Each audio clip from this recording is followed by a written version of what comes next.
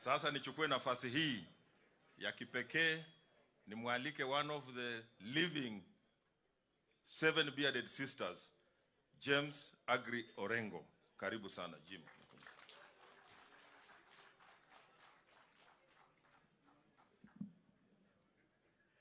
Asante sana, Your Excellency Governor wa Bungoma. Now the family of my departed colleague Lawrence Sifuna, Right Honorable Prime Minister Raila, odinga, Your Excellency the Governor of Bungoma, party leaders including my neighbor Wajakoya, and the cabinet, former cabinet secretary and leader of DAP, Eugene Wamalwa. Nitasema machache sana. Na nikisema kidogo kuliko vile nitajaribu, ni kwa sababu pengine kwa watu ambao wako hai, ambao walipiga siasa Kenya hii, hakuna mtu anajua Sifuna kama mwanasiasa kuliko mimi na kuliko wale tulikuwa nao pamoja: Chibule, Koigi wa Mwere, Abuya, Chelagat, Mutahi, na saa zingine wanaweka Midika, lakini Midika hakuwa 7, na Mwashengu Machofi. Na unajua baadaye pia tukawa na Young Turks. Yani the struggle was continuing. Mimi nataka niseme hivi. Na Lusaka najua. Mimi napenda sana kusema ukweli. Kweli nitasema. Hata kama Ruto angekuwa hapa nitasema. Hata kama Moi alikuwepo tulikuwa nasema. Hiyo na mjue hatukuwa na mtu mkali kuliko Kenyatta. Mimi nimefanya kazi na Kenyatta wakati nilikuwa university, nikaenda kwa bunge. Kenyatta akafa, mimi Orengo bado niko. Akaje Moi 23 years tukihangaika hapa Bungoma. Moi akafa, mimi Orengo bado niko. Kibaki akaja, Kibaki akafanya kazi, Kibaki akaenda, mimi nipo. Uhuru akaja, Orengo bado yuko pale. Sasa Ruto yuko, tutaona nani ataondoka, mimi nitakuwa pale.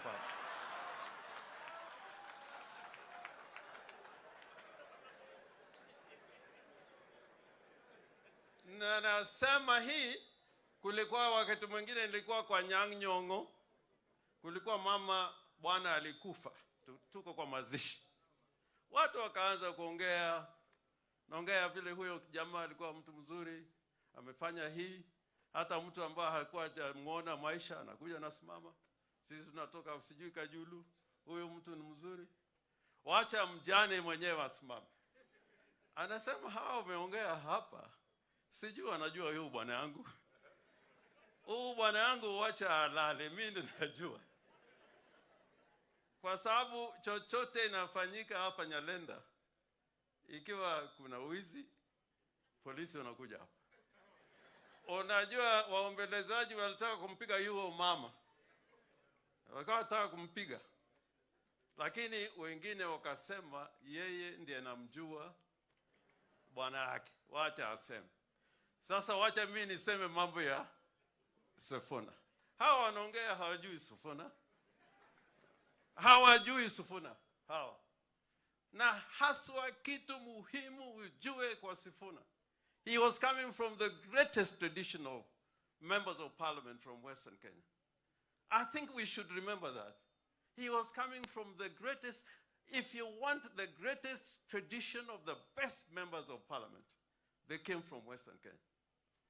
Na mjue, musiogope kwa hiyo in that tradition. Hii mambo ya kuimba ati sisi. The leader will emerge here. Bila Obama emerge in America. And Luhya will emerge. Lakini kwa hii siasa tunapiga hapa, it will not be.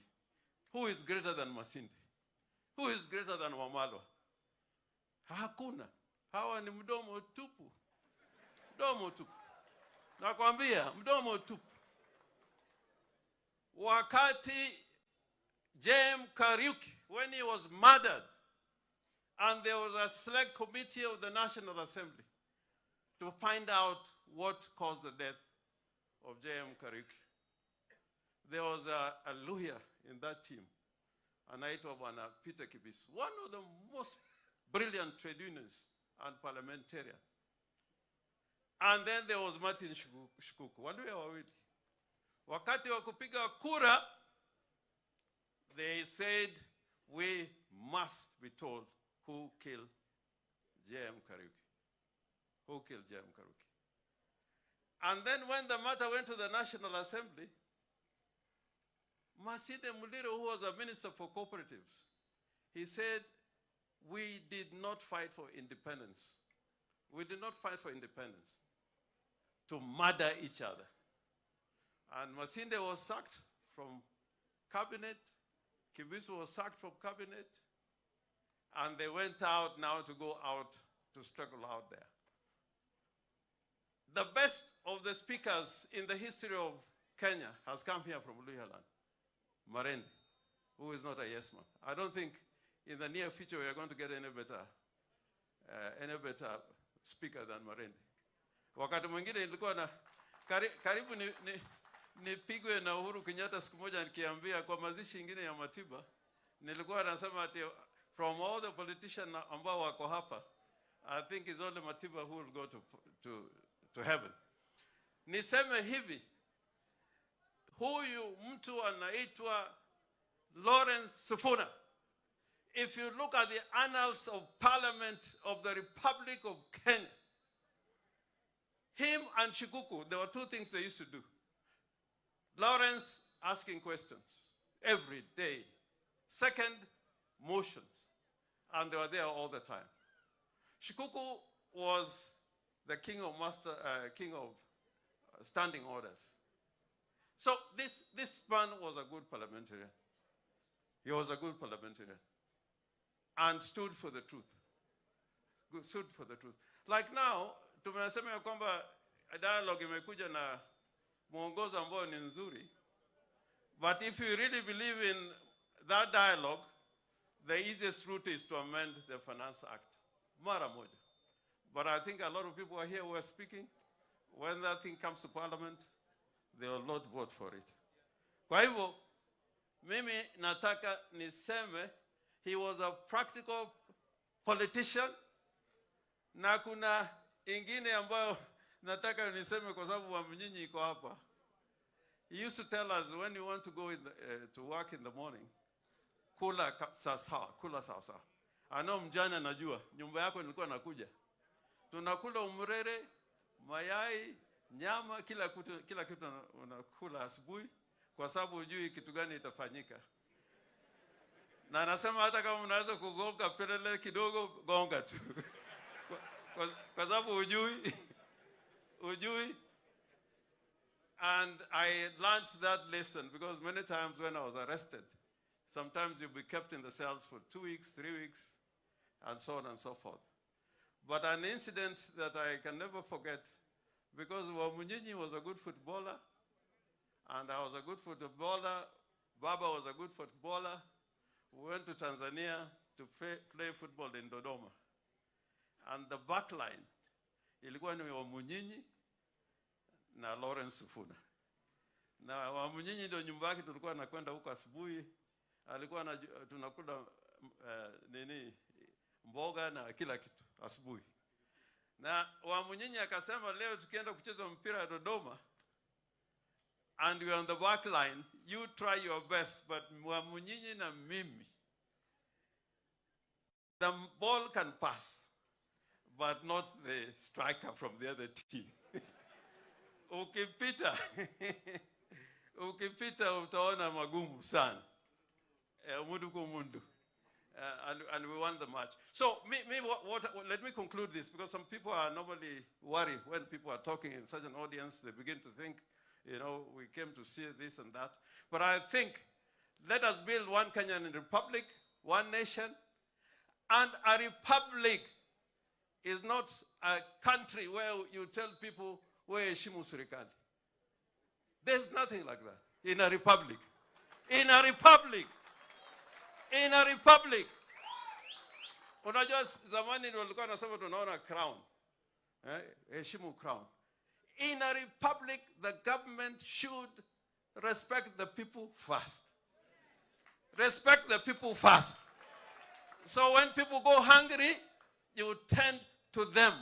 You don't tell them, respect the government of the day. Now respect the government of the day, ndugu yangu huko angekuwa mzima kama alikuwa anaendelea kwa sababu he really respected the government.